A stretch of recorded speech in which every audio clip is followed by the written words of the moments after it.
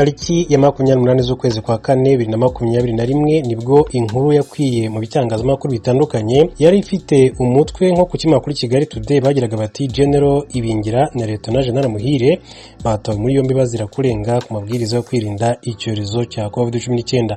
Ni ibintu byatunguye abanyarwanda benshi cyane kwiyumvisha uburyo umugabo ufite ipeti rya generali atabwa muri yombi kubera yuko yishe amabwiriza yo kwirinda icyorezo cya COVID-19. Icyo gihe bagize bati General Fred Ibingira na Lieutenant General Retired Charles Muhire batawe muri yombi muri uku kwezi ati mu bihe bitandukanye bazira kunyuranya n'amabwiriza yashyizweho agamije kwirinda ikwirakwira ry'icyorezo cya COVID-19. General Fred Ibingira yari asanzwe ari umugaba mukuru w'inkeragutabara Reserve Force, mu gihe Lieutenant General Retired Muhire Charles nawe yigeze kuyobora umutwe w'inkeragutabara ndetse n'ingabo zirwanira mu kirere yagiye mu kiruhuko cy'izabukuru muri 2014. Hari amakuru yavugaga ko General Fred Ibingira yari yafashwe ku itariki ya 7 Mata 2021 nyuma y'uko yari yitabiriye umuhango wo gusaba mu kagari ka Butare mu murenge wa Ngoma mu karere ka Huye mu ntara y'Amajyepfo. Uwo muhango ukaba ngo wari umaze iminsi 3 ubaye nk'uko icyo gihe byagarutsweho.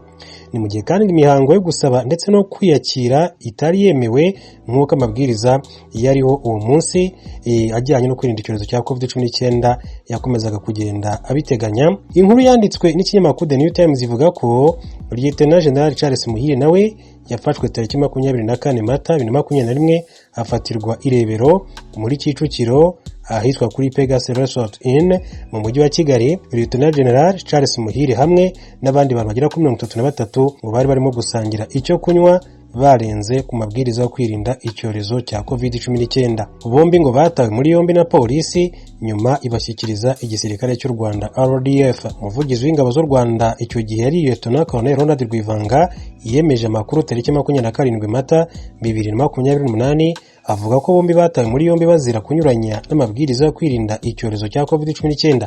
Yagize ati nibyo abo ba generali bombi ati bari mu maboko y'inzego z'umutekano barazira kugaragara mu bikorwa by'imyitwarire itameze neza. Lieutenant Colonel Ronald Rwivanga icyo gihe waje no kuzamurwa ahabwa ipeti rya Colonel.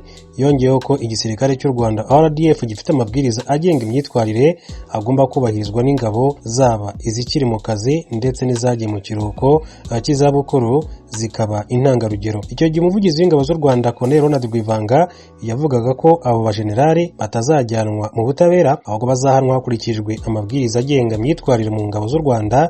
Ababishinzwe mu ngabo bakaba ari bo bazagena igihano kibakwiriye. Yavuze ko igisirikare cy'u Rwanda cyamagana iyo myitwarire ku rwego rukomeye kubera ko igira ingaruka mu miyoborere n'imikorere y'ingabo z'u Rwanda nk'uko yabigarutseho. Uretse ariko icyo gihe aba bajenerali babiri twagarutseho hari n'abapolisi ngo babiri bakomeye cyane bo bari batawe muri yombi.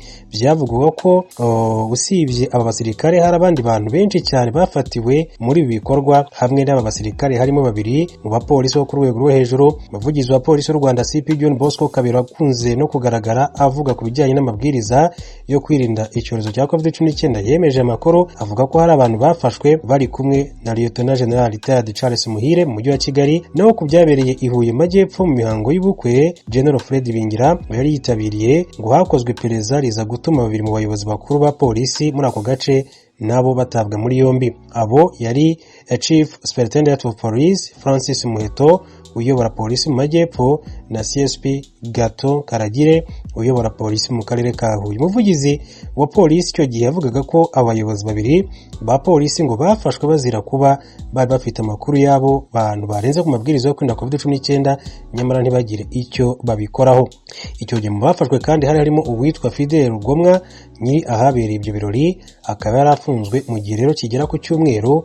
Nyuma yaje kurekurwa amaze kwishyura amande nk'uko mu mabwiriza byateganywaga. Kimwe n'abandi basivili ati bafashe bari kumwe na Lieutenant General Charles Muhire nabo bararekuwe bamaze kwishyura amande ateganywa, bamaze no kwisuzumisha icyorezo cya COVID-19 kandi bakishyurira bombi. Ibi rero byagarutsweho cyane mu itangazamakuru mu Rwanda by'umwihariko imbere mu gihugu. Abantu bibaza ni gute Lieutenant General Charles Muhire, ni gute General Fred Ibingira ufite ipeti full mu ngabo z'u Rwanda batabwa muri yombi kubera yuko bishe amabwiriza yo kwirinda icyorezo cya COVID-19.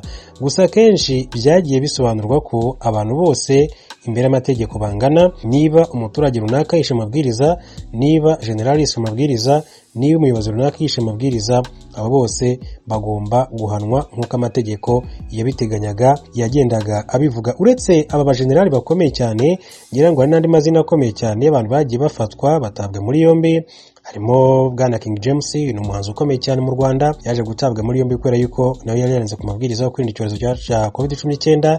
Shadibu arazwi cyane ku mbuga nkoranyambaga by'umwihariko Instagram ndetse na Twitter, nawe yaje gutabwa muri yombi azira kurenga ku mabwiriza yo kwirinda icyorezo cya COVID-19, n'abandi benshi cyane. Ndetse polisi y'u Rwanda yagiye igaragaza bamwe mu mashusho cyangwa se igatumira itangazamakuru bakaza bakagira n'ubuhamya cyangwa se n'ubutumwa baha abanyarwanda bose muri rusange, kubera yuko ibintu byabaga byakozwe ntabwo byabaga byemewe.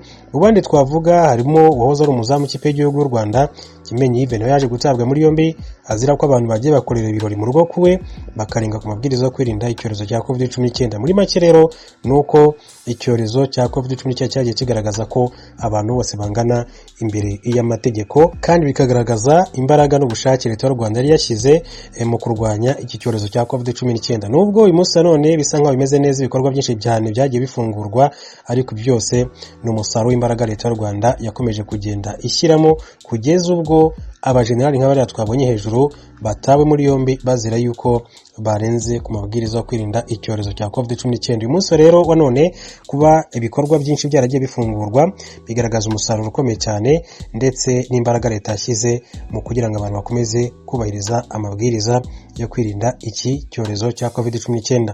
Reka dukomeze turebera hamwe n'andi makuru akomeje kugenda avuga. Mu yandi makuru reka turebera mu ishusho y'ubwiyongere bw'abaturage mu mijyi yunganira Kigali muri 2050. Uko bwije nuko bukeye u Rwanda rubarushya mu myaka 30 iri imbere ho bizaba ari ibindi icyerekezo igihugu gifite, nuko muri 2050 abanyarwanda bazaba bafite ubushobozi bwo kwinjiza 12,476 by'amadolari, no kuvuga asaga miliyoni 12 z'amafaranga y'u Rwanda, amadolari asaga 800 ruriho uyu munsi wa none.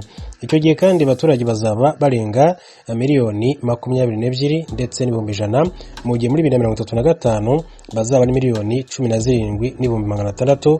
Bivuze ko abafite imyaka yo gukora bazaba bari ku kigero cya 65.7%. Ubuzima abaturarwanda bazaba babayeho bukaba bushingiye ku cyerekezo igihugu cyihaye cya 2050, nyuma yo gusoza kandi icyerekezo 2020 cyasize igihugu kimaze gutera intambwe mu nzego zitandukanye z'ubuzima, harimo n'ubukungu. Kuva muri mwaka u Rwanda rwatangiye icyerekezo 2050, hari rwihaye intego yo kubaka ubukungu bwarwo no guhindura imibereho y'abanyarwanda bose.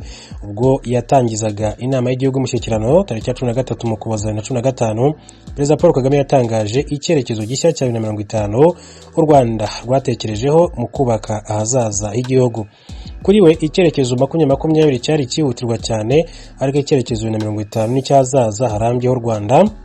Perezida Kagame yavuze ko icyerekezo 2020 cyari cyo gukora ibyari bikenewe kugira ngo abanyarwanda bashobore kubaho kandi bisubiza agaciro, mu gihe icya 2050 ari cyo kwihitiramo ahazaza kuko ari byo abenegihugu bakwiriye. 2050 u Rwanda rushaka kuba ruri mu bihugu bikize, mu gihe 2035 rukeneye kuba mu bifite amikoro aringaniye. Ibyo bisaba ko amafaranga umunyarwanda yinjiza mu mwaka azamuka n'ubukungu bw'igihugu bukiyongera. Muri iki cyerekezo hifuzwa ko nibura kugeza muri 2035 umunyarwanda azaba yinjiza atari munsi ya miliyoni 4 z'amafaranga y'u Rwanda ku mwaka, mu gihe muri 2050 azaba ashobora kubona miliyoni 12 z'amafaranga y'u Rwanda mu mezi 12. Mu mwaka wa 2050 igishushanyo mbonera kivuga ko abanyarwanda bazaba ari miliyoni zisaga 22. Ubwiyongere bw'abaturage buzabasaba gukoresha imbaraga zidasanzwe kugira ngo basarure ku mbuto ziri kubibwa bazagera muri vision 2050. Inzira izabageza muri icyo cyerekezo iri mu gukoresha ikoranabuhanga mu nzego zose, uwango dushya no kubaka ubukungu bushingiye ku bumenyi. Imijyi yunganira uwa Kigali mu iterambere ry'abaturage biyongera ubutitsa. 2013 nibwo guverinoma y'u Rwanda yatangije gahunda yo guteza imbere imijyi 6 yunganira uwa Kigali, hagamijwe kureba uko yafasha mu kugabanya umuvuduko w'abajya gushakira imirimo n'imibereho myiza mu murwa mukuru w'u Rwanda. Iyi mijyi ni Huye, Muhanga, Musanze, Nyagatare, Rubavu na Rusizi. Gahunda irambye yo guteza imijyi yunganira Kigali igamije guha umurongo ngenderwaho leta mu bikorwa by'iterambere rirambye no kurwanya ubukene muri iyo mijyi 6 yatoranyijwe muri gahunda y'imbaturabukungu ya IDPRS ya kabiri. Iterambere ry'iri mijyi n'abayituye riri mu mujyo w'icyerekezo cyambukiranya imyaka kuko ryubakiye ku musingi w'ibyakozwe kugeza muri 2020 hategurwa ibikeneye kandi kugerwaho muri 2050. Ugereranyije n'ibindi bihugu byo muri Afurika, ikigero cy'abatuye mu mijyi mu Rwanda kiracyari gito, ni 17.3%, ariko abaturage bo mu mijyi bo bakomeza kwiyongera cyane, aho bageze kuri 4.5%. Umubare uri hejuru cyane w'ikigereranyo ku rwego rw'isi kibarirwa kuri 1.8. Abaturage biyongera cyane muri Kigali kuri ubu ifite ubwiyongere bw'abaturage bungana 9% ku mwaka. Muri rusange Abanyarwanda bariyongera ndetse n'imibare izakomeza kuzamuka kuko nk'impuzandengo y'imyaka yabo ari 20, ibisobanuye ko bafite igihe cyo kubyara. Nibura mu myaka 3 iri imbere u Rwanda ruzaba rutuwe na miliyoni 14, muri 2025 bagere kuri miliyoni 16, 2030 bagere kuri miliyoni 22, muri 2050. Ibi biri mu byatumye leta itunganya igishushanyo mbonera cy'imikoreshereze y'ubutaka kizatuma Abanyarwanda miliyoni 22 babona aho kuba muri 2050 ndetse n'indi mirimo igakorwa nta nkomyi. Iki gishushanyo mbonera kigena ko ubuhinzi n'ubworozi